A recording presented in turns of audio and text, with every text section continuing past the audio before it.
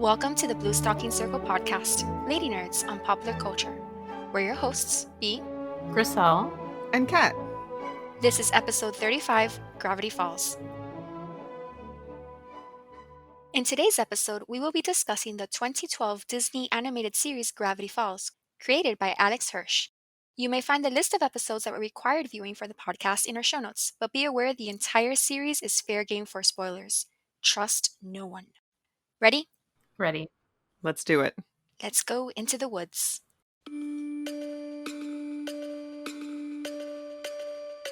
It's hard to believe it's been 8 years since the strange and wondrous animated series Gravity Falls began, as of this recording.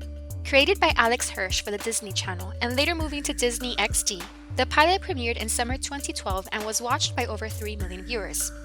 Over the next 4 years, the series would grow to encompass 40 episodes in 2 unpredictably spread out seasons, eventually concluding in 2016 with a 3-part finale that took, and I kid not, 5 months to air in its entirety. This finale broke Disney XD's ratings record, and the final marathon that preceded the finale was watched by nearly 11 million viewers, only half of who were children.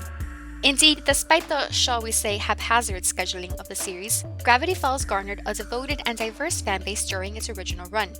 Viewers of all ages eagerly followed and puzzled over the supernatural adventures of 12-year-old twins Dipper and Mabel Pines, voiced by Jason Ritter and Kristen Shaw, respectively. Wired magazine proclaimed the series the smartest cartoon on television, and in his review of the pilot, Alastair Wilkins of the AV Club stated, quote, "What's exciting about Gravity Falls is its potential to go from a kids show that older viewers can enjoy watching to a show that's enjoyable for older viewers, period," end quote. Wilkins would go on to review every episode of the series for the website, ultimately concluding that, quote, "Gravity Falls has the perfect ending." Along with both fan devotion and critical praise, the series received 2 Emmys and the Annie Award for Best Animated Media Production for a Children's Audience. Today, the series lives on in other media, including books and comics, and has found a new life on the streaming service Disney+.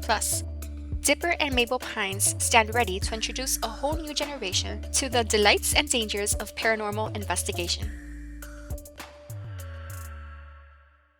And now our newbie Kat will provide the series synopsis.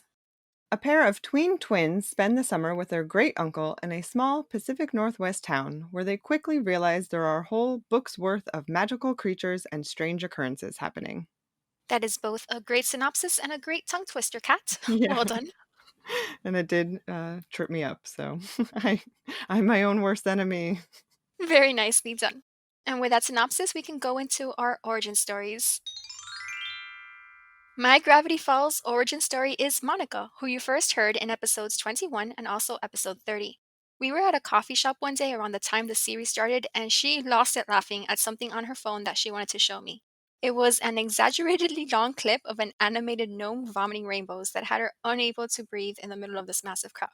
That was my first exposure to the show, and I was not amused at the time, despite her insistence that it was great and that Mabel Pines is her kindred spirit, which is totally accurate. However, once I knew Gravity Falls existed, I kept noticing mentions of it in various articles online. What finally convinced me to watch it, and sorry Monica, was a reviewer who called it Twin Peaks meets The Simpsons, as we talked about in our previous minisode. I loved Gravity Falls from the pilot, I caught up quickly with the series and watched it over the years until the perfect ending, and I have since apologized to Monica for doubting her impeccable taste. What about you, Grisel? My non-origin is that I had never heard of this series until this podcast. Is that our first non-origin origin story? I think it's as close as it gets. All right, a fresh first impression. And Kat? Well, I know that I've mentioned my love of The Simpsons before, but I do just feel the need to express that The Simpsons is truly my pop culture root from which all things branch out. So when I hear that something even has a loose connection to The Simpsons, it registers in my mind as positive. And the first time I heard about Gravity Falls was when the creator was a guest on a Simpsons podcast that I listened to, and he talked about his deep love of The Simpsons and how much it influenced his show. So that instantly made me interested in Gravity Falls, although I did not watch it until this week for the podcast. But any show that was created by such a big fan of The Simpsons must be good. And is it good? And I was correct in that assessment. Yes. Excellent! So before we dive into our usual segments, let's talk about the show in general in that vein. What did you think of the series? Kat, it's good. Any other thoughts at this moment? I really liked it. I ended up watching more episodes than what was recommended because I was curious and I was reading some of the descriptions and I said, "Oh, this sounds like something I'll like," and I was right. So I was very into it, and I promised not to talk about The Simpsons the whole episode, but it was very, very clear to me that the show is heavily influenced by The Simpsons. So there were a lot of plots that really reminded me of some of my favorite Simpsons episodes. But there were enough differences in the themes and the characters to make it interesting for me. I think Mabel and Dipper do have a sort of basis in Bart and Lisa's best episodes. Would you agree? Yes, I definitely agree. I love all of the episodes where Bart and Lisa are working together to sort of uncover something about the town. And Yes, me too. yeah, I got strong Bart and Lisa vibes from Mabel and Dipper for sure.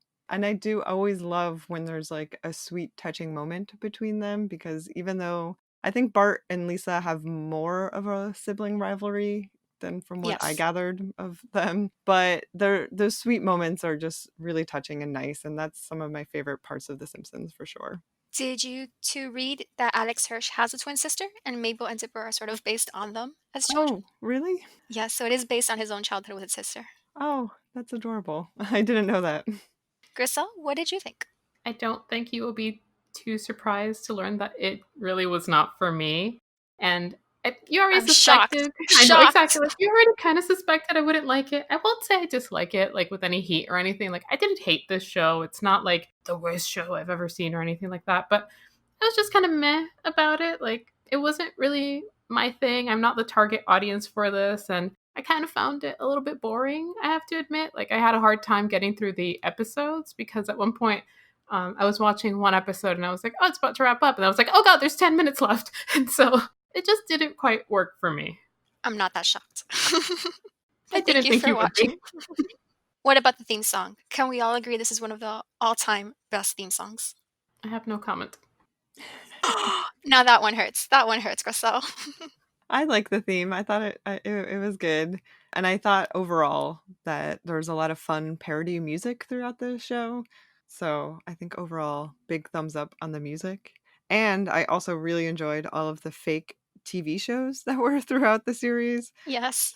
Those really made me laugh. Just like quick little intercuts of some ridiculous show. I think that Duck Detective is probably my favorite one. And I do love the Masterpiece Theater parody that Stan ends up watching because he's too lazy to change the channel. And he gets so invested in the storyline. Yeah, that one was also really good. I like that a lot too. On the other hand, were you creeped out at any point? I didn't find it particularly creepy. I've watched a lot of scary things and creepy things, so maybe I have a higher tolerance for it. Maybe it's just because I know it's a Disney show, so I know it's not going to be like too much. Yeah, I was interested in all the strange occurrences and like I love a weird, mysterious town type of thing, but I wasn't Yes. actually creeped out. Yeah, I wouldn't say it was particularly creepy. It's for kids, so I didn't expect them to have made it super creepy. I found the weird white alien shapeshifter looking thing kind of gross, but not creepy. This would have been creepy to me as a kid. And I'm thinking, for example, in the convenience scene when Mabel is possessed and you see her floating into the air with a male ghost's voice. That would have terrified me as a kid. So I think the show does push some boundaries. There's even one episode when Gideon and Dipper are fighting and Gideon's in the mechanical Gideon. Dipper actually starts bleeding. He has a nosebleed from the fight, and that's something that was pretty new at the time for Disney. So the show did push the envelope at the time it premiered in that it depicted the main characters bleeding and things like that. But again, Disney show. Yeah, I mean, it did seem more intense, I guess, if you will, for a Disney show. And actually, at some point, I was like, did this actually premiere on the Disney Channel or is it just now on the Disney Channel? But I No, guess it Disney was. XD, which is slightly older audience, but it was Oh. Disney. Oh, okay. Yeah, I was very curious about like who the intended audience was for it because right, being a Disney show, it does seem geared towards older kids, teenagers, and also people our age just because there seems to be a lot of references to pop culture types of things from our generation. I don't know. I didn't find it that creepy because I also assumed that the audience was the 12-year-old set, and I don't think a 12-year-old would have been too creeped out by this. And I myself used to like sneak horror movies when they used to just play them on like public TV. So I don't know. I think, as a child watching Amityville, this would not have creeped me out. Yeah, well, you were watching Buffy at this age. I was watching Buffy at this age. Yeah, that's what I was gonna say. At this age, I was starting to read Stephen King and watch horror movies. So, Yeah, yeah, same. this was definitely not scary enough for me.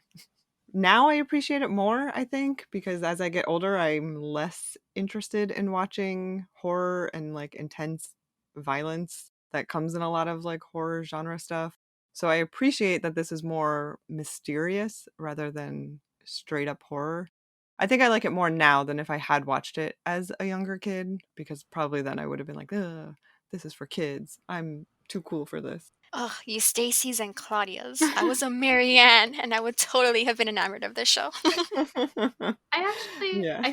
I think if I had to categorize this show, I wouldn't call it horror. I know that I read some description somewhere where they describe it as horror. I would just call it paranormal suspense because Yeah, I it's don't. weird fiction. Yeah, it's not particularly horrifying, but it has that paranormal cryptid element, and then just like the mystery aspects and the thriller in some of the episodes. So yeah, I think most kids would probably be okay with it. If you haven't seen this series and you're hearing this episode, it's basically the exact same vein as Twin Peaks and X-Files. So it's not pure horror, it's basically a mystery of the week show with some supernatural elements. And it goes into horror, but as Gracel, you're saying, it's not actually full horror. All right, so if there are no other comments at this point, we'll dive into our first segment, Ship Wars. From the pilot episode, Mabel is established as being in her quote unquote boy crazy phase, and it's a long running joke in the series that she falls in love with a new and most likely secretly a monster boy basically every week. There's also a series long arc about Dipper's crush on Wendy. However, the main relationships in the series are not romantic. The strongest bonds on the show are between siblings, both Dipper and Mabel, and a pair of brothers that I'm not going to name because major spoilers. I think the sibling dynamic is wonderful in the series, but my favorite relationship on the show is the pure love between Mabel and Waddles. What are your thoughts on the relationships in the series? Well, I definitely second all of the sibling love. I thought it was very refreshingly sweet and pure. And I like that they sort of indulge in each other's interest and also help each other sort of reach their goals throughout the show. And as someone who has a lot of what I'll call my animal friends who reside in my home, I definitely related to Mabel's love for Waddles. And I also related because I have actually won an animal at a carnival fair sort of setting. So Ooh, which one? I won a rabbit. Not a, it was in high school, so not one of my current animals, but I did win a rabbit.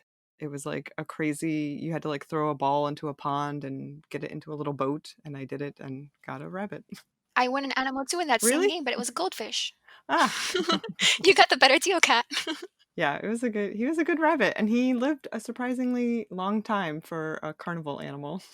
I have thoughts about the ethics of winning animals at carnivals, but Oh that's not yeah. for this podcast. I mean, I thought the Waddles thing was cute, but also at the same time, I was like, oh, please don't inspire children to want pigs as pets. Like, that's not good. My main like relationship rant, and I guess this could be a feminist rant too, is the weirdness with Mabel's cluelessness regarding all the potential suitors. I found that kind of disturbing. I don't know what it really is telling girls of that age. And there's also the weird power play that is kind of borderline abuse with Gideon. And there's a lot about Gideon. Not Obviously, borderline. I mean, he's That's obviously full the on villain. abuse. He's a full caricature of a villain, but like, there's a lot about that character and the pseudo evangelist cult leader vibe that I got from him that kind of turned me off from the show at that point. Like before then, it was just like, oh, whatever, it's fine. But then it's like, I don't really like this. I don't like the portrayal of this character, like for many reasons, but like the social dynamics, the whole cult thing like kind of bothered me, and the way that the show portrays it, like it's like, well, this is just a gag. It's I don't like this. There's some serious social issues involving cults, and it just it kind of not a thing for me. Interesting. I see it as a trope of this kind of fiction. I can think of several episodes in these kinds of shows, for example, in True Detective and X-Files, that do have that theme in some episodes. The Faith Healer, for example, in a first season X-Files episode, it's a massive component of True Detective. So I saw it as one of those tropes that you need to hit in this kind of genre. I can see it being a thing in like an X-Files show where the audience is an adult and would get the nuance of why cults are not great. I don't know that playing it for laughs with children, even of the 12-year-old set, like, is really the area, especially if this is appealing to the kinds of kids who grow up in the PNW or who are more middle America or, like West Coasters. Like, there's a lot mixed up in that, like, outdoorsy lifestyle that comes into the whole, like, spiritual appropriation of other people's cultures and all kinds of stuff. And, like, there's a lot that we can discuss relating to that, but I don't know, it didn't do it for me as far as like entertainment for children. Going back to the relationships in the series, are there any other points? For example, one of the exchanges that made me laugh watching this particular series after our Babysitters Club episode is how when Dipper confesses his crush to Wendy, who's 3 years older than him, she says straight out, "I'm too old for you, kid." And I was thinking of the Babysitters Club where Luca's just really excited that he's going to be 18 next year when Stacy's going to be 14, and how that changed over the 20 years of these two works. So, any other comments on that relationship between Dipper and Wendy? Well, it won't surprise you that there is a similar storyline in a Simpsons episode with Bart having a crush on his older babysitter. Yes, when she rips out his heart. I Yes. always think of that scene. Yes. So I was definitely thinking of that when he had his conversation with Wendy. But I do think it was handled better. I mean, obviously, it's handled better than the Babysitters Club because that was just awful. So I hope it would be better. But anyway, I do like their friendship and I like how their friendship grows even after he confesses his crush on her and it doesn't kind of get in the way of their friendship. There were a few moments where it gets a little, he's just sort of playing up the friend zone trope, if you will, of like hanging around or trying to like do things for her in the hopes that she'll notice him. And I wasn't too keen on that, but I'm happy that the show kind of never went further with that, I guess.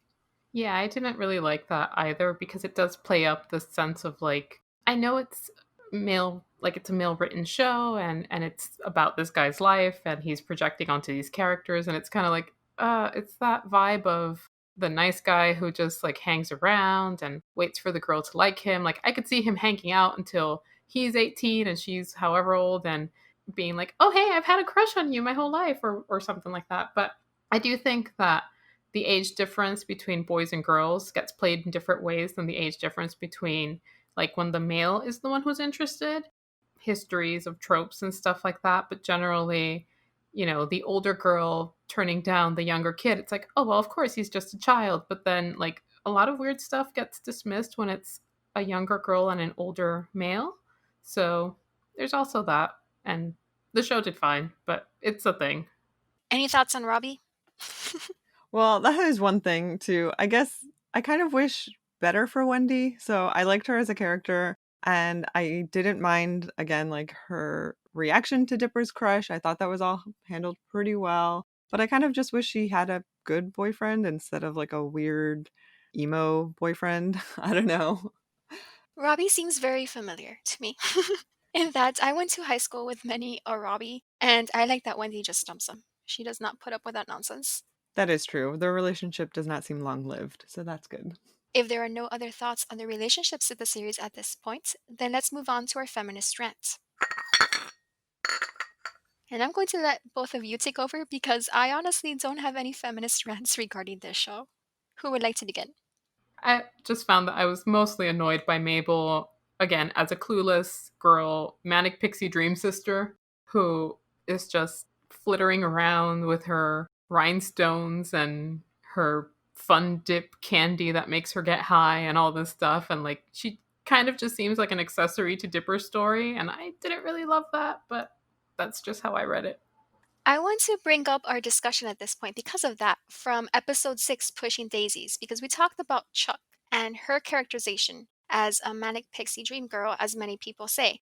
And we made the distinction that she does act like a manic pixie dream girl, but she has her own goals and her own ideas and her own thoughts and her independence. And I see the same point reflected here with Mabel. Mabel does act like a manic pixie dream girl, down to the pixie dust candy that she's eating, but she has her own goals, independent from Dipper. She has her own ambitions. She has her own interest. So even though she may act like this character trope, I don't see her as falling into that trope. I do see her as a character in her own right, in my view. But maybe that's just because I've seen a lot of the series, and these episodes that I chose didn't really focus on her in particular. I tried to pick episodes that were about both of them working together. So maybe if you see the full series, you get a different view of her character. If there is more to her character in the show, maybe I'm mistaken, but based on the episodes I watched, like she seems like a non-character. Like if she does have interests, I don't see them. It just seems to be to feed into her brother's story. And she just kind of almost seems like an underdeveloped character. I do think that the more episodes I watched, and I did not watch the whole series, so I still have a limited experience with it or a limited view of it. But I did get more of Mabel throughout, those extra episodes. I will say, just kind of bringing back Stacy from the Babysitters Club again, I don't really like the boy crazy character trait. I'm kind of over it. I never related to it. I am fine with the characters having these sort of consuming crushes and whatnot, and I get that it's kind of a part of growing up, but I just wish that there was a little bit more to Mabel. I wish she had some other motivations. It seems like her main goal for summer is to have a summer romance, which again, I get. I've been a 12-year-old girl. I've had those ambitions, but I wish that there was just like something else there. So I'm curious more about some of her other interests and activities that she has. I can't relate to her character either, Kat, which I think won't surprise anyone, but I was friends with many a Mabel at that age who would force me to play that dream film game. Do you remember? Where you had the pre recorded boys calling you at the pink headset. Yes, I do remember that game. So Mabel seems very real to me because a lot of my friends at the time were Mabels. And I will say as well that she does have her own interests. And as you're saying, Kat, they show up more in other episodes. For example, Mabel is very into arts and crafts. We saw that briefly in the episode Headhunters that we saw for this particular episode. She's also very into karaoke, music. She has a very 80s focused aesthetic for some reason, despite her age. And we see that, for example, in the season premiere for the second season, which was not assigned, but I know you saw, Kat, it's the episode Karaoke. She's very into animals. She likes TV. She has very typical, realistic to me, 12-year-old girl interest. So Mabel feels very real because a lot of my friends at the time were Mabels. Again, I don't like the boy crazy trope either. Stacy is not a character I like particularly. That part of Mabel's personality does not appeal to me. But I do think the show, in my opinion, handles that well overall, balanced throughout the series. It may have come on a little too strong in these particular episodes, though. And that's why I actually didn't want to do the Gideon Rises episode right after the pilot because I did want you to see Mabel in a different facet, not just as someone's love interest in that early run of the series. Other thoughts? I am curious to see more of her growth, if you will, because the last episode that you recommended watching, The Society of the Blind Eye, it does sort of wrap up her desire for a summer romance. So I'm curious what happens because there's several more episodes after that one. So I'm hopeful that there are some other things, and I did see episodes where she, has her friends and they have their own little group and they are interested in music and boy bands and that whole thing. And I really liked in the episode, which was not a required viewing, but I did watch it on my own, the one titled Irrational Treasure, where they uncover secrets of the town founder. And it's through Mabel's silliness and sort of willingness to just be playful that they are able to uncover all of these clues. And I like that that kind of showed this aspect of her character as a positive, even though in some of the other episodes she gets dismissed for being so silly or just like so like ditzy in a way. So I do think there's a little more to her, but I just want more. I just always want more for these female characters. I will say I love her confidence. Mabel is just consistently undeterred by whatever they say to her. She just drives on thinking she's the best at everything, and I love that about her. And I will also say, Kat, that's why I chose Society of the Blind Eye. I did want to give you a brief conclusion to that arc in that she finds that there is more to her summer than just a romance in that particular episode. I do admire her confidence and her optimism. I thought that that was very refreshing, and in these times where I'm feeling mostly pessimistic every day, it was nice, and I wish that I could have those attributes and look at everything in such a positive light. So I do admire that about her. So there is other stuff to her. So I could see her becoming more well-rounded with more episodes that I watch. What about Wendy? I found that Wendy overall was just one of those characters who actually made me feel a little bit sad because she comes off as the kind of character who needs to escape this town, and I'm not 100% sure she's going to escape. That's so depressing thought, Crystal. So much for the optimism we just mentioned. Yeah, that's a very valid point, and I think when I realized her father was the angry Lumberjack, yeah. lumberjack. I was just like, whew. And then the few times that she does talk about her family and how like insane her household is, I think that is a very accurate but grim assessment. I do love how both of the female characters are basically the action heroes in their little group. Mabel with her grappling hook, Wendy with her lumberjack skills, particularly seen in Into the Bunker. They're basically the action characters in the series. I was just gonna say that I did love that Mabel picks the grappling hook and that it eventually does come through to save the day. That did make me laugh a lot, and that was sort of right off the bat. I was like, okay, there must be more to this character than just sort of the shiny veneer of girliness if she's picking the grappling hook. I do like all of her sweaters. I think that they were fun and a good little running gag. I love the one Into the Bunker where Seuss asks her if it's a fire hazard, and she says, no, it's a fun hazard. That's one of my favorite lines in the series. I think that's the only time I laughed in this show. Oh. Good, you gotta laugh. It I'm was a proud good of it. line. It was good. I forget what episode it was. It was definitely a reference to Dipper and Wendy, but it did really make me laugh. One of Mabel's lines where she like puts her hands as little circles over her eyes and she says she's putting on her skepticals because she's very Yes. skeptical of him. And that really got me. Kat, I know you saw Fight Fighters as one of your extras, where her whole plotline that episode is devoted to helping Stan get over his fear of heights. And the conclusion of the episode, where she ends up giving herself a fear of heights, is to me one of the funniest times in the series. Yeah, that was really good. I did like that episode a lot. That was actually one of my favorite ones. Just, I mean, I loved all of the video game references, but I did like her storyline in that episode as well. Crystal, that's not one of the ones that I assigned, so you may not have seen it. That sounds likely. All right, so now that I've put you both in a positive mood, focusing on what made you laugh in the series, let's dive into Catharsis Corner. Again, I have little to no complaints about this series. My main complaint is honestly something about the scheduling, in that when the series aired, it aired randomly. So I never knew when I could expect a new episode, what day, what time, what month, what year. And that's obviously moot these days. So I'll turn it over to you two. Who would like to begin? I've been hinting at my catharting, so I'll get right to it. So, like my annoyance with the Mabel as flighty girl manic dream sister trope, I was mostly annoyed with the over reliance on stereotypes to depict the villagers.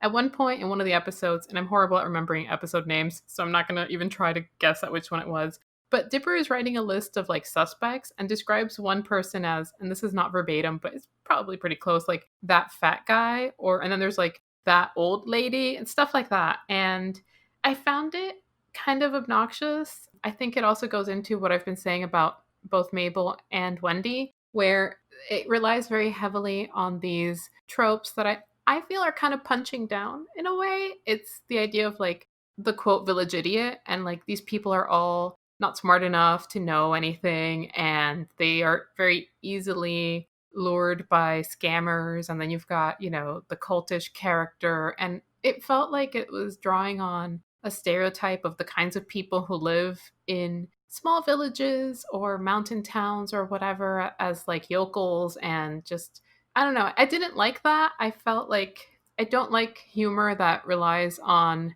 making fun of people for the way that their society has, like made them be or whatever. And particularly with Mabel and her interests, and you mentioned that it seemed like they were going like very 80s with Mabel. I just felt like Mabel was also just that character that is a little country and likes to bedazzle her stuff because that's just part of like what you do in that area. Like it didn't really work for me in that sense, and that's my main peeve with the show. Like my big catharsis is just that I didn't like that it's a stereotype based show. Like the comedy is very stereotype based, and that's just not my thing. I agree with that point, Grisel. You're referring to the episode Headhunters, and there's a rivalry between the country cops of the town and also Dipper. And they call him City Boy, and they're making fun of him, and they just tease endlessly this 12-year-old boy. And he, in turn, does look down on them for what he thinks is not being clever enough to see what's going on. So your points are valid.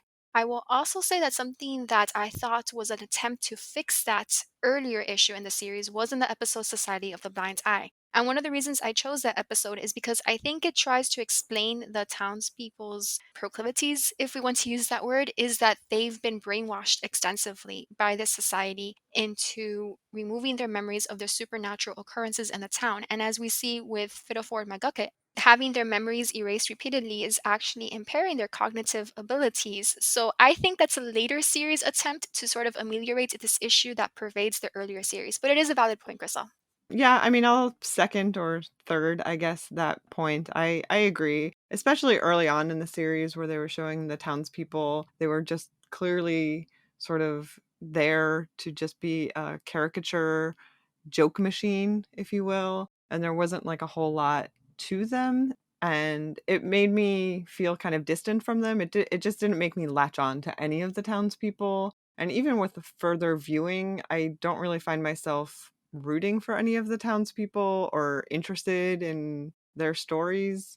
And I think that's because the show doesn't really give them a lot to do except to just be these kind of stereotypes and just there for like a quick joke and then running off. It's not great. I agree with that. I think it's also, again, sort of referring to Twin Peaks in that Dale Cooper is the big city FBI agent who comes into this town interacting with all these quirky townspeople, and he ends up being one of them essentially over the course of the series. And we see that again with Dipper and Mabel. They integrate very well into this weird town. So it's partly playing the tropes of this genre, but it's also, again, as you're both saying, an issue with a series in terms of stereotyping. Yeah, I wish, like, just comparing it to Twin Peaks or even The Simpsons, but even to Twin Peaks, I find that in that show, you do actually see those characters in their own home lives and sort of what they're like when the main character, Dale Cooper, isn't around. And I don't find that much happening in Gravity Falls. Like, you really only see the characters there to sort of support whatever, crazy adventure Mabel and Dipper are on. You get a little bit of Gideon's home life, but not enough, certainly not enough to make me like him. Clearly, he's the villain. But I didn't really find that you learn much about the other townspeople's lives. In the Society of the Blind Eye, you do find out a little bit more about them, but still not enough about what their lives are like outside of just this like mystery weirdness, I guess. That's a true, valid point. It also goes back to the whole idea of like society of the blind eye. Like it's making a comment about society, but I don't think it's a great one. I also just have a problem with comparing it to Twin Peaks, like in terms of its actual intended audience. Yes, sure, you get adults who'll enjoy watching shows that are intended for children based on their marketing, but like what 12-year-old really is aware of Twin Peaks? Like, come on. You're not really going to get that age group really making that connection. I would agree. And Kat, are you going to mention the Stonecutters or do I? I mean, it was blowing my mind. I was like, "Is that Patrick Stewart? Is he also the leader of this secret society?" Because he also is the voice of the Stonecutters in The Simpsons. So I was just like, "Okay."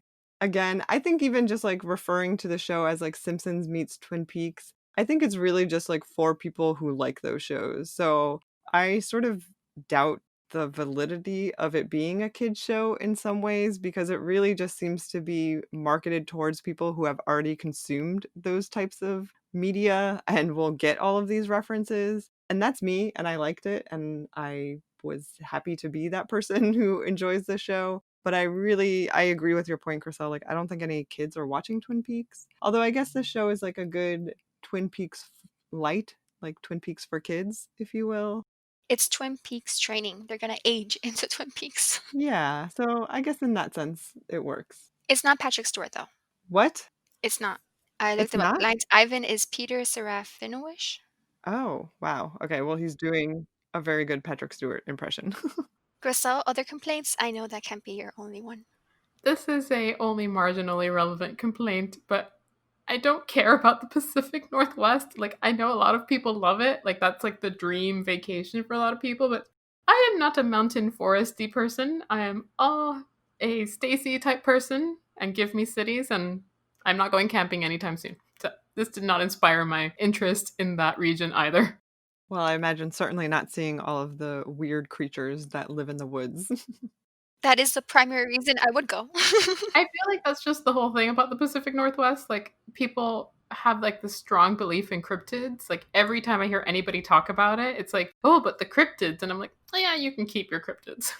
I don't know if I've mentioned it before, but the X-Files used to have a children's book series that would adapt the episodes into a format friendly for 8-year-olds. And that was my first introduction to the series. I was 7, 8 years old reading about the X-Files as opposed to watching the X-Files because I was terrified. So I definitely see Gravity Falls as being the equivalent of that for today's kids. You're sort of being trained to appreciate the X-Files and Twin Peaks and all of these series, and then you eventually get bold enough to graduate to the series proper. That's really interesting. I did not know about this book series. That's I had crazy. no idea. Yeah, that's really wild that they adapted them for kids.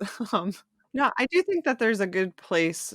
There's obviously a need for these types of shows for kids, I think. Or just not shows, just any kind of media. So like the books the X-Files books, or I know we've talked a little bit about Goosebumps before, and those types of, kid-friendly, spooky, creepy tales that will eventually help you to sort of mature into more intense, scary, creepy, paranormal things, I think are really valid and really necessary because I know that was like what I was interested in as a kid. And like I Yes. said, by the time I was 12, I was reading Stephen King and watching horror movies. So I had consumed a lot of those like early little kid versions, when I was 8 or 9.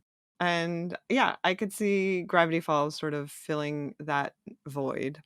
I said earlier that a lot of my friends were Mabels when I was that age. At age 12, I was 100% a female dipper. I was walking around with my books on the paranormal, trying to discover cryptids, saying I was going to be a paranormal investigator when I grew up. That's adorable. I definitely related way more to Dipper too, though, with his list and plans and just like, Yes. yeah. So while we're all swept up in this wave of positivity, I think this is a good point to head into our sock ratings. Kat, as a newbie, you will go first, and we can go ahead and give an overall Gravity Falls series rating. I will give it a 3.5 socks. I Pretty good. really liked the episodes I saw. Yeah, like I have good feelings towards what I've seen. I'm curious enough to watch more. I can't give a 4 or 5 because I don't know how it wraps up. I don't really know what's going to happen. So I feel like it wouldn't be fair to give such a positive. Maybe I'm just like overly withholding of my sock ratings, but I will give the 3.5 as I enjoyed it very much, laughed a lot, definitely will watch more. I am extremely happy to hear that you're going to continue to the end of the summer. Grisel? I will give it a 1, and I think it goes back to it's not my genre, it's not my kind of interest, so it's purely based on my own feelings towards it, not necessarily a reflection on the quality or storytelling. It's just not for me. Wait. You dislike this as much as I disliked Bridget Jones? To that extent? I was very bored. Ah. Well, I'm going to balance that out with a 4.5 sock rating. Honestly, as we've been discussing, I think if I'd been a kid when I watched this for the first time, it would be a 5 sock series for me with that nostalgia boost. But even as an adult who was nowhere near being a kid anymore when the series premiered, I think this is a wonderful series that works really, really well. It works for viewers of any age, and I think it stands alongside similar series that are quote unquote for adults, like the ones we've been mentioning throughout this episode, and that are going to be my soon to be mentioned viewing recs, including X Files, Twin Peaks, True Detective, and more. It's a worthy addition to this genre of weird fiction and paranormal series. The conclusion of the series is, as I've said before on this podcast, one of the best story wrap ups that I've ever seen. I think it has a perfect ending, and that is something I very rarely say. Overall, I highly recommend Gravity Falls to any fan of weird fiction at any age, with the exception of Grisel. I am all for everybody having their own taste, so to each their own. Well said. And with that, we can go into our reading recs. Before I list my reading recs, I will note that Gravity Falls has various print spin offs, including a comic series and Dipper's Journal. But I haven't read them yet. I really do want to read the journal, though. And if you have, let us know what you think at Blue Sock Circle. Otherwise, I have separate recommendations for younger audiences and for older audiences this time, as we usually do when we cover a work that is intended for children. For younger audiences, my reading recs are some throwback series. First, the Encyclopedia Brown Mystery Series by Donald J. Sobel, and also the Goosebumps Horror Series by R.L. Stine, which we've been talking about throughout our summer of nostalgia. I grew up with both of these series, and I can see definite references to them in Gravity Falls. I suspect Alex Hirsch, being around our age, grew up with them too.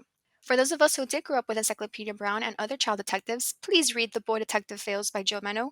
I have previously recommended it, most notably in episode 6, Pushing Daisies, but I have to recommend it again because it's a perfect match for this series too, right down to the secret code that is hidden in the page margins that tell a second story. I did notice at the end of each episode during the credits, there were a selection of numbers, and I assume they mean something. I assume there's some sort of code.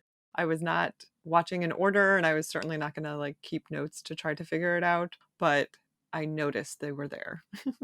They are there and they are a secret code, and you can find the answers online, but it's also something that's used in this book, The Boy Detective Fails. The book is a melancholy tale about an Encyclopedia Brown like child prodigy who grows up into, like so many of us, an unremarkable adult and is forced to face both a personal tragedy and the real world. I love this book. I've recommended it many times and I will keep recommending it until someone besides me actually reads it. I will also recommend Night Film by one of my favorite authors, Marisha Pesso, who I've also mentioned many times. And this is a creepy multimedia novel about an investigative journalist looking into the complicated family of a filmmaker whose strange movies have driven people to madness. And speaking of madness, I will also recommend House of Leaves by Mark C. Danilevsky, which I'm on the record as saying is the scariest book I've ever read that is not The Handmaid's Tale. It's about a house that's bigger on the inside than the outside, and that's all I'll say because it's best to go into this book unprepared for a maximum creepy effect. And please do not give this book to any children unless you want to pay therapy bills until they're 18. You have recommended that book to me several times. It sounds right up my alley. I definitely plan to read it, and this just makes me want to read it even more. Please do. I will keep recommending these books until someone actually reads them. As for viewing recs, for younger audiences, I recommend another 90s throwback, the supernatural mystery series Ghostwriter, which I was obsessed with as a child.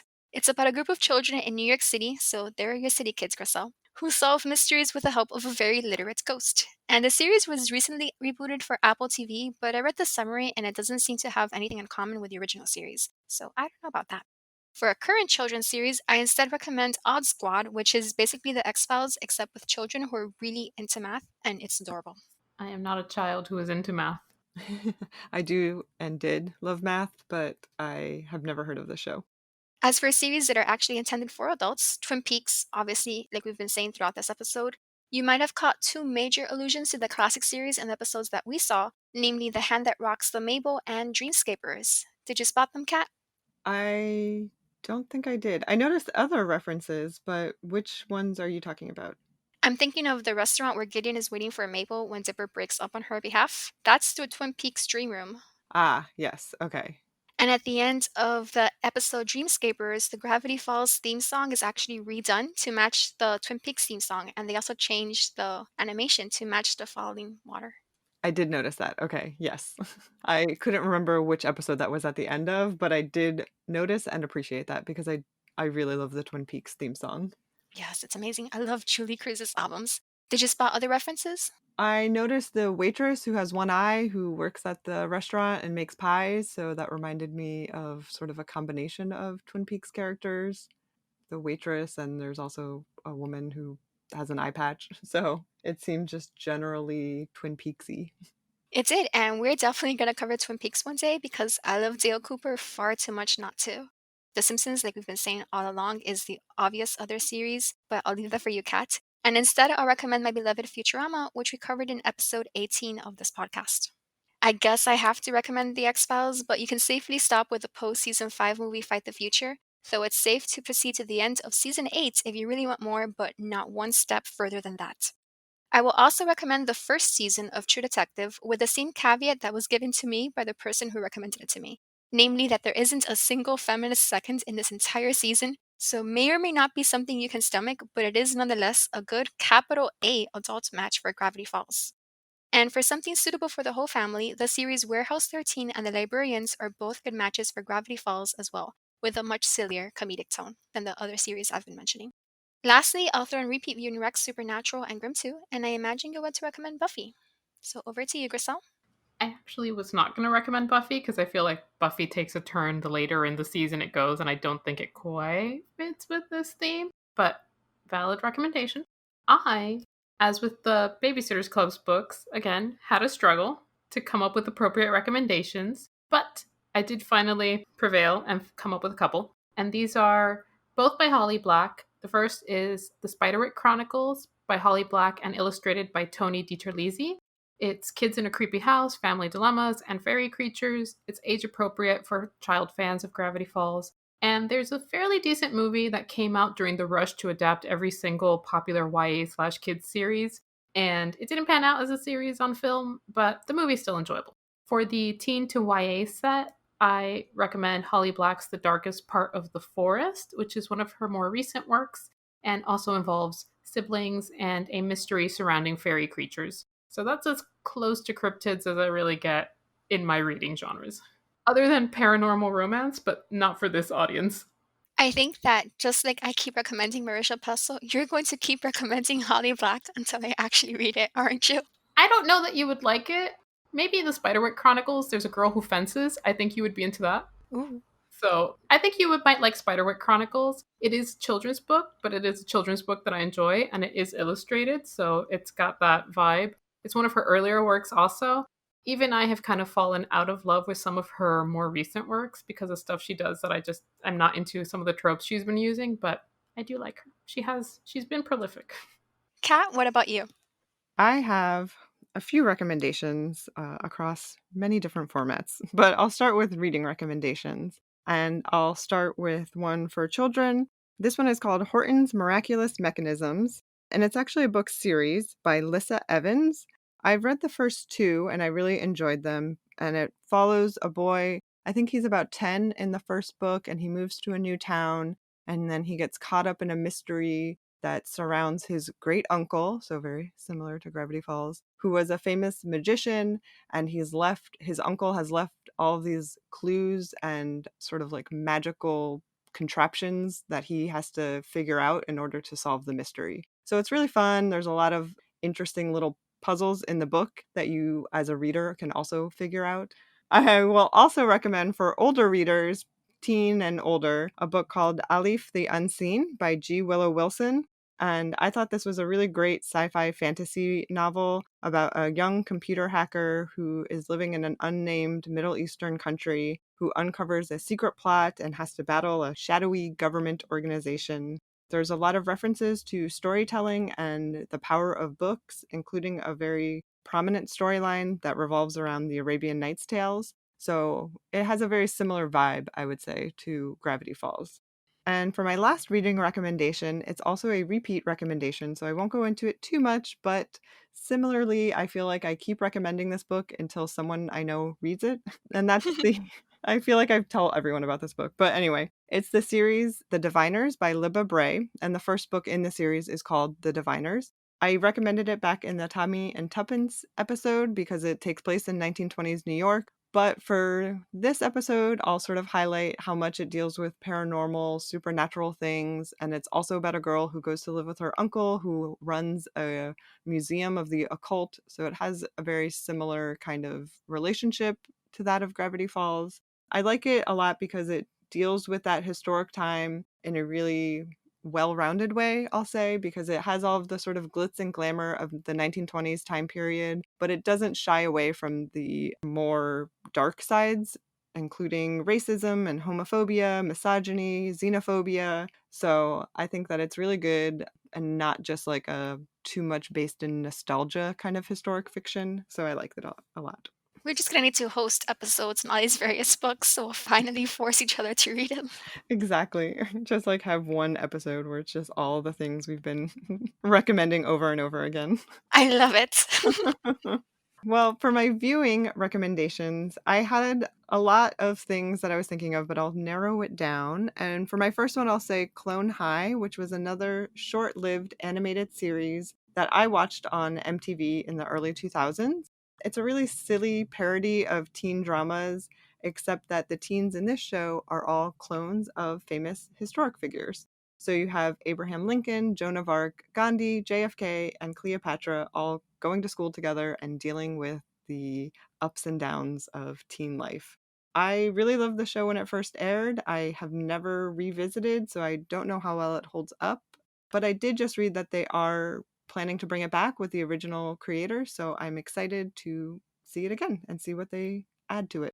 For my other viewing recommendation, this one is sort of a free association type of recommendation in that I can't quite nail down why I kept thinking of this show while watching Gravity Falls, but my mind kept thinking of Newhart, which is the 1980s sitcom starring Bob Newhart as a local author and innkeeper in a small town in Vermont who just has a host of strange townspeople that populate his life. It's really funny and really strange.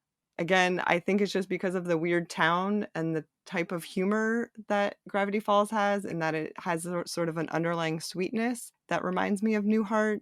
Unfortunately, Newhart is really difficult to find. It's not streaming anywhere, and it wasn't on DVD for a long time, but occasionally you will see reruns of it on a random cable channel if you're just channel surfing. So if you do, stop and watch it because it's really good, and Bob Newhart is one of my favorite people. And of course, to wrap up viewing recommendations, I have to say The Simpsons, obviously. I'll just name a few episodes that had very similar themes and plots to the episodes of Gravity Falls that I watched, and that's Bart of Darkness from season 6, New Kids on the Block from season 12, the similarly named but different episode New Kid on the Block from season 4, and of course the episode that embiggened our vocabulary, Lisa the Iconoclast from season 7. And the episode that I heard Alex Hirsch discuss on that podcast was Bart's Comment from season 6. Those are all excellent episodes, and I highly recommend them. They're perfectly cromulent, and if I may add, the Springfield Files from season 8. Yes, another good one. And my last recommendation is actually a video game. It's called Truberbrook. I played it last year on the Switch, but it's also out on PS4, Xbox, and I think even on the computer. But it's a really atmospheric adventure style game where you play as a young physicist who visits a small West German town only to discover there are some strange doings about. There are secret bunkers, government cover ups, and strange townsfolk, and you must collect information and clues to piece together the mystery. That sounds amazing, Kat. I think you would really, really like this game because it seems very, very in line with your interest. And just quickly, lastly, I'll recommend doing crosswords. I've been really into crosswords lately, and if you want the satisfaction of solving a clue, crosswords, it's for you. And there's even cryptic crosswords, which are even more intense and wordplay-y. So I imagine Dipper growing up to be very into crosswords. I love how we've moved into hobby Rex. Yes, this is a recommendation for the character of the show. I also had a last minute recommendation, and that's Artemis Fowl, although I think the more recent printings do not include the coded messaging on the bottom. I feel like the coded messaging was tied to an event, and that is no longer the case, but maybe. I believe they're trying to develop it as a Netflix series, if I recall correctly, so maybe that's something that will come back. But Artemis Fowl kind of fits that mystery kid model. Speaking of last minute reading Rex, I just thought of The Westing Game by Ellen Raskin. It's about a group of people solving clues, and it's a 1978 Newbery Medal winner, young adult literature. I read it as an adult, and I think it's amazing and definitely something that, if you like all these books we've been mentioning, you would probably like this one too. I will second that. I almost put it on my recommendations and didn't, so I'm glad that you remembered it. Thank you for the crosswords mention, and thank you for the Artemis Fowl mention, Grisel, because it sort of led to the synaptic loop that contained that book in my brain. All right, so with those reading, viewing, hobby, and otherwise Rex, we'll end this episode. Thanks so much to you two and to everyone listening for finally traveling to Gravity Falls with me. I'm glad that I finally had a reason to watch the show. Having heard about the show all those years ago, I always knew I wanted to watch it, but I didn't have cable. And thankfully, now I have access to Disney Plus and this podcast, so I was able to sit down and watch it. So thank you. Yay, you're welcome. It was certainly an adventure. Very politely stated. That concludes this episode of the Bluestocking Circle podcast. For the show notes, visit thebluestockingcircle.com. Find us on Twitter, Tumblr, Instagram, Pinterest, and pretty much everywhere at Bluestock Circle. That's Blue, SOX, Circle. Email us at thebluestockingcircle@gmail.com and join the conversation. You may also find us on Apple Podcasts, Google Play, Spotify, and YouTube, so please rate, review, and subscribe to help us grow. Cheers!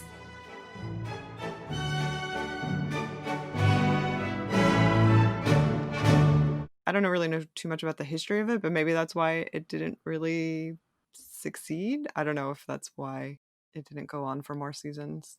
Oh, no, they chose to end it. Alex Hirsch Oh. chose to end the story, so this was not canceled. This was a planned conclusion, which is Oh. why I think it works so well because he knew exactly where he was going with Oh. the end of the story, and he was able to tell that story. Oh, okay. Well, then scratch everything I just said. Good for I'll edit it out of the podcast. him.